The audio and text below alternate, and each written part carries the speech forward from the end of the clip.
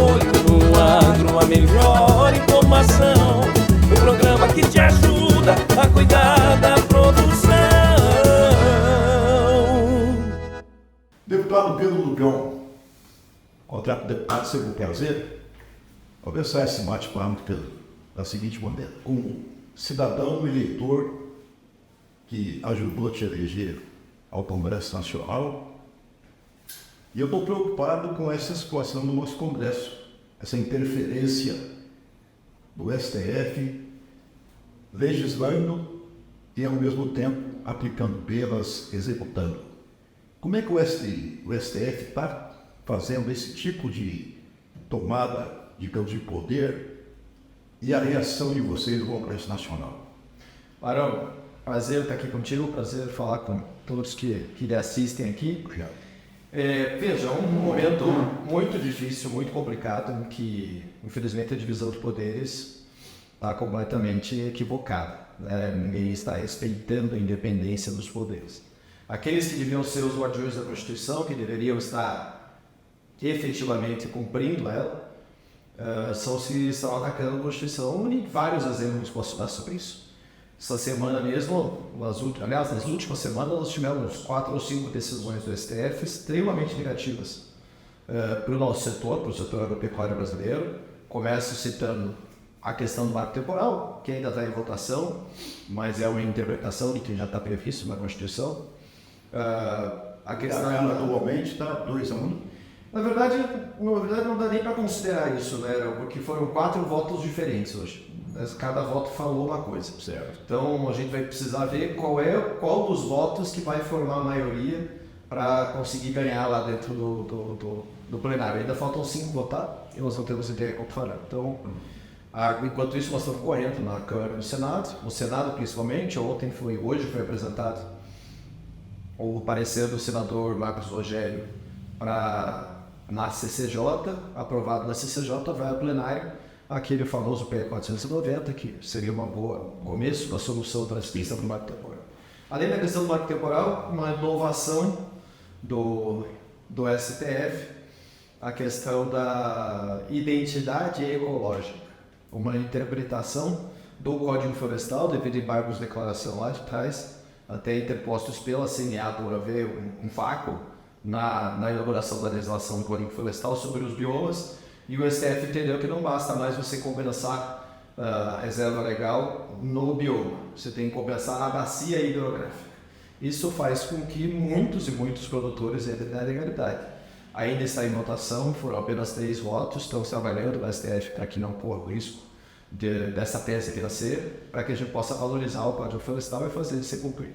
Esse trabalho está encontrando eco. Você, como presidente da Frente Parlamentar da Agropecuária, tem sido bem recebido, tem sido ouvido ou não? É isso? Não, claro que não. Claro que não. Eu faço o trabalho político, eles fazem um trabalho judicial e tentam fazer valer a sua vontade lá, mas não estão ouvindo ninguém. Infelizmente, a realidade deles é completamente diferente da nossa. Para completar o raciocínio em relação àquilo que está sendo feito lá, na semana passada, o ministro Fachin devolveu uma ação sobre o Código de Reforma Agrária, a Lei de Reforma Agrária lá de 1993, botou no plenário virtual, sem discussão nenhuma, para que os ministros seguissem o voto dele, ganharam. E o que diz isso? O julgamento resolveu que não basta a tua propriedade ser produtiva, a propriedade tem que ser produtiva e tem que cumprir o uso social da terra, a função social da terra. Qual que é? Que conceito é esse? Exatamente. Qual é a função social da terra? Aí quando você vai no artigo 185 da Constituição, fala sobre a propriedade produtiva. Tem que cumprir legislação ambiental, tem que cumprir lei trabalhista, tem que tal. Agora, em momento algum, fala assim, essa terra até X de tantos funcionários, ela cumpre a função social ou não. Essa cumpre, essa não cumpre. E sabe que conceito é esse? Exatamente. Isso faz com que a gente fique num vácuo legal, né? O vácuo legis que a gente fala, que efetivamente a gente precisa buscar uma solução. Para isso, o deputado Rodolfo Nogueira, que é membro do nosso ABFPA, do Mato Grosso do Sul, apresentou o projeto dele, nós conseguimos as assinaturas para fazer a urgência, eu apresentei a urgência, para que a gente deixe muito claro que a propriedade produtiva por si só, ela já é impedida de ser utilizada na reforma agrária, ou seja, a propriedade está na lei, isso. A propriedade produtiva não é passível de desapropriação. Então, isso tem que deixar mais uma vez claro, ou seja, eles provocam as coisas para que a gente diz, não tem problema, a gente vai lá e vai legislar. Agora, infelizmente, o STF está vivendo dentro de uma bolha, é um universo paralelo, é algo que não é a nossa realidade, e nos assusta muito, assusta porque eles são intocáveis. Né? A condição que eles têm como ministros do STF é de simplesmente resolver se uma lei existe ou não existe, se ela vale ou se não vale. O que teria de reação contrária a eles? Uma reação no Congresso, a começar pelo Senado. Não é? Só quem pode controlar o STF é o Senado. E, infelizmente, não há vontade política para isso. Então a gente tem que ficar acusando. Eu mesmo agora essa semana fiz um artigo para a Gazeta do Povo falando justamente sobre isso. Qual o interesse do STF em desapropriar terras do Brasil? E nós temos que ficar alertando a população e os meios de comunicação e a opinião pública sobre os desmandos que eles são realizados lá. Pois é, a gente fica preocupado, eu particularmente muito preocupado com essa questão, não só pelo lado nosso do agronegócio, mas de modo geral, porque a gente tem várias frentes, entre várias áreas que são do interesse geral do Brasil e que todos sofrem uma ingerência do STF. São 11 ministros que não são votados e aqueles que são votados, como é o teu caso de congressista, acabam perdendo a voz e a nossa função como eleitor e como cidadão, elegendo o nosso representante, fica uma coisa vaga demais da conta e a gente não consegue entender tudo. E ao mesmo tempo é revoltante. Claro que é, sem dúvida. Eles se julgam acima da lei, acima da Constituição e não defensores dela. Esse é o grande problema. A nossa Constituição mesmo rasgada já tem tempo, né? Infelizmente. Gente. Aí o presidente que prova isso, né? Exatamente. O descondenado. Exatamente. Agora, com relação a esse marco temporal, você acha que... Porque a Constituição de 88 foi promulgada lá em 88, ela já havia decidido quanto ao marco temporal que foi mudado agora. Nós temos uma chance disso ser mudado ou, de fato, ainda tem muita batalha pela frente? Tem muita batalha pela frente. Né? Eu acho que o julgamento do STF a gente não pode confiar. Se a gente for derrotado no STF, nós vamos ter que legislar mais uma vez, apresentar, já tem uma PEC apresentada, a PEC 132, que trata efetivamente do marco temporal em si, né, fazer com que exista uma data específica quanto à possibilidade de reclamar terras para áreas indígenas, ou seja, de apresentar novas áreas para a demarcação. E o raciocínio é muito simples. Se em 500 anos de história do Brasil não houve a contestação daquela área, não é de 20 anos para cá que isso vai acontecer. Né? É uma questão muito clara. Então, hoje, infelizmente, com a autodeclaração que é reconhecida no país, qualquer cidadão comum, eu, você ou qualquer um de nós, pode chegar numa área e falar que é descendente indígena e pedir pela área, aquela área é deles tudo. Marina Silva fez um decreto e você não consegue nem cadastrar o cadastro ambiental rural dessa área se ela tiver em estudo. Então, é um ataque constante ao direito de propriedade e à segurança jurídica do campo. Se nós somos derrotados no STF, pode ser que isso aconteça, nós vamos ter que aprovar, mais uma vez, uma alteração constitucional para resolver o problema. A prova é que nós somos representantes da população. Na votação do marco temporal, a Câmara dos Deputados, uma questão de alguns meses atrás, nós conseguimos colocar 311 votos dos 513, ou seja, existe uma maioria da Câmara que representa efetivamente, legalmente e constitucionalmente a vontade popular de que tem que respeitar o marco temporal.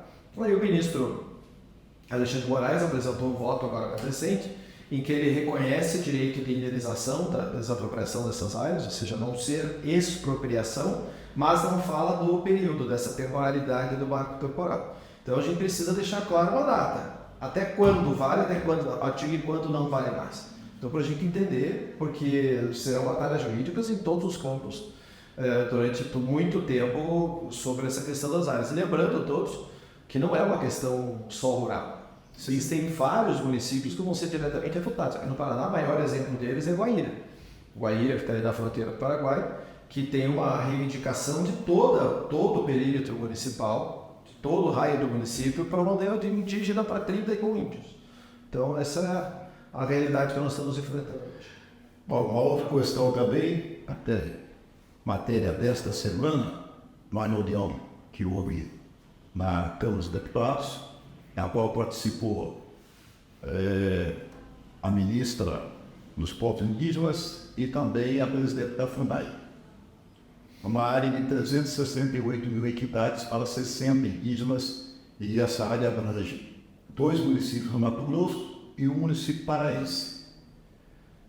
É de causar, assim, um tremendo de um baque na gente ao saber que tanta área para 60 índios, nada contra o povo indígena, mas em contrapartida a gente fica preocupado com as pessoas que estão lá, com esses municípios e ao mesmo tempo a produção em si, a geração de renda, de emprego, etc.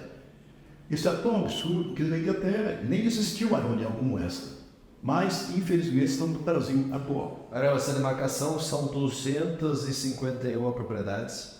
Muitos paranaenses que estão lá, inclusive, eram eles há poucos dias atrás. Uma contestação diária, já há muitos anos na briga sobre essa demarcação. O presidente Jair Bolsonaro falou que o governo dele não faria demarcações, realmente não fez, isso ficou sobre o Estado. O governo Lula foi lá e fez, não foi só essa. Fez mais 11 áreas.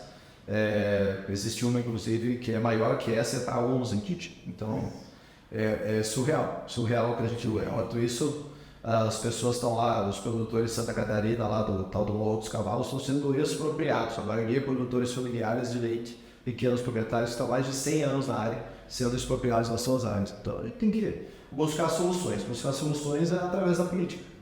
Tem que brigar bastante, enfrentar isso direto, é o que nós estamos fazendo todos os dias. A redação das mangas e disposição para lutar, né, Pedro? Eu também, cara. Antes foi ter lei para representar o povo e aí tem que encarar essas questões que são árduas. Não, isso é isso, né? Muitas das coisas, em muitas das áreas, principalmente essa militância ambiental que tem no governo agora do governo, o empoderamento do Ministério do Meio Ambiente, que tem feito com que a gente seja prejudicado em todas as nossas ações. Pra você ter ideia, nós tiramos o cara da votação dos ministérios, nós tiramos o cara do Ministério do Ambiente, mandamos o Ministério da Gestão para ser um pouco mais neutro, um pouco mais imparcial. Até agora o governo não fez isso.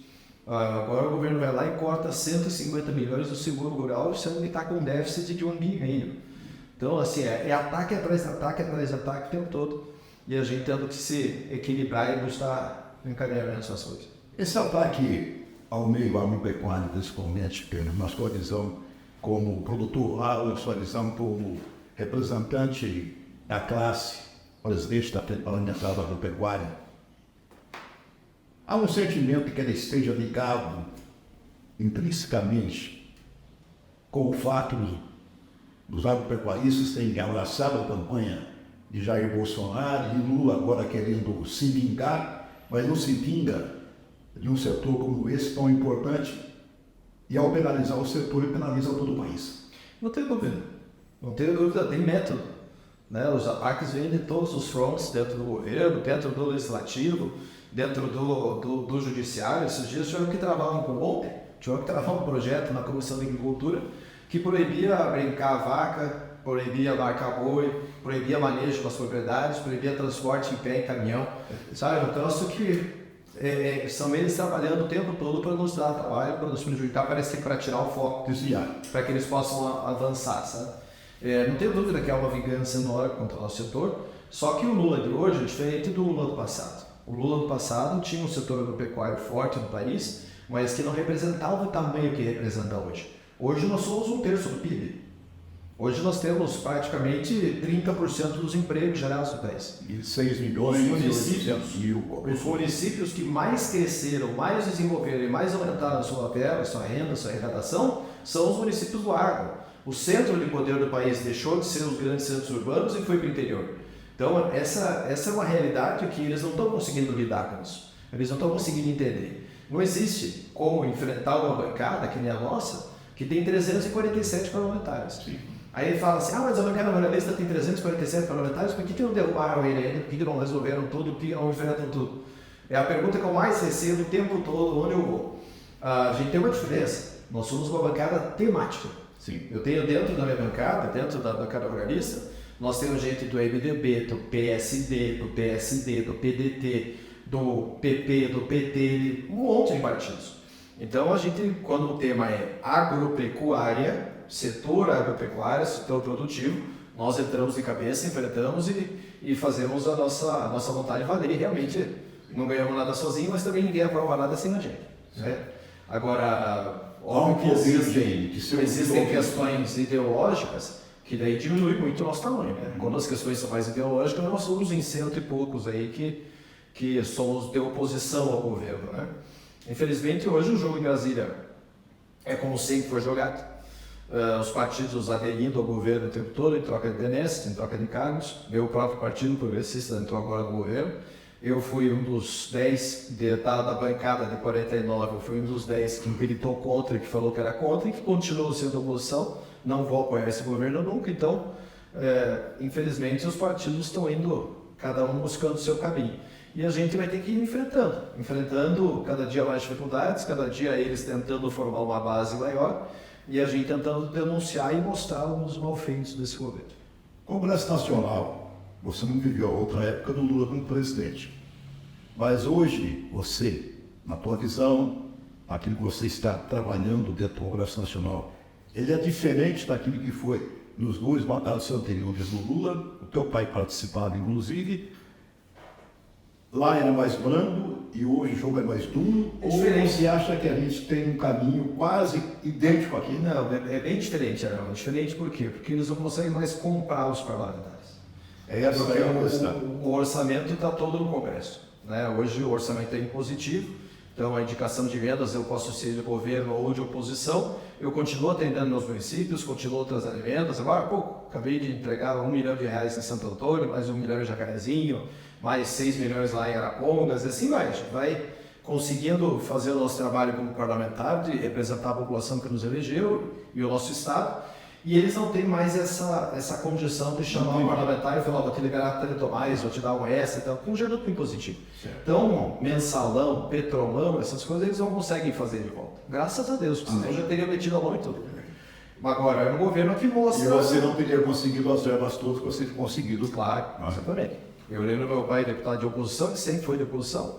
Meu pai, como deputado de oposição, não conseguia levar muitas coisas para os municípios. Era tudo no grito, na guerra mesmo e tal. Era eleito por questões da classe, do setor, questões ideológicas e tal, não por efetivamente resultado nas cidades.